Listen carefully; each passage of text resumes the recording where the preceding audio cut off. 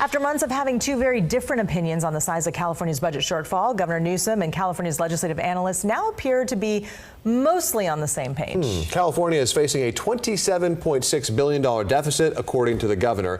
KCRA 3 Capitol correspondent Ashley Zavala joins us now to explain the update and the information state lawmakers now need to consider. Yeah, for the last several months, we've been reporting on the two very different numbers coming out of the LAO and Governor Newsom's office. The legislative analysts projected that the budget shortfall would be $73 billion, while the governor had said it would be $38 billion. But now that taxes have been collected and the state's revenue picture is much clearer, the state's legislative analyst Gabe Pettick told us today he estimates that the budget deficit is not far off from what Newsom projects it to be.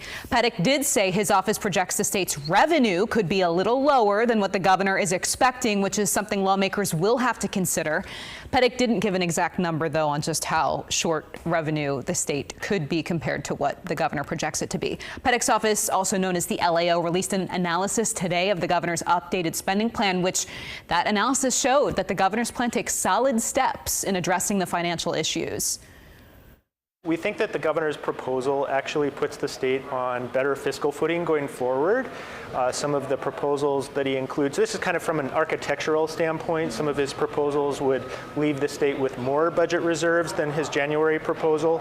And he's bringing down the level of spending on these one-time and temporary purposes that had been allocated during the very flush years several years ago. Pettick says Newsom's spending plan actually addresses a $55 billion shortfall, even though the governor said the number is $27.6 billion. But Pettick notes these two numbers are different because of how their separate offices interpret education spending, basically.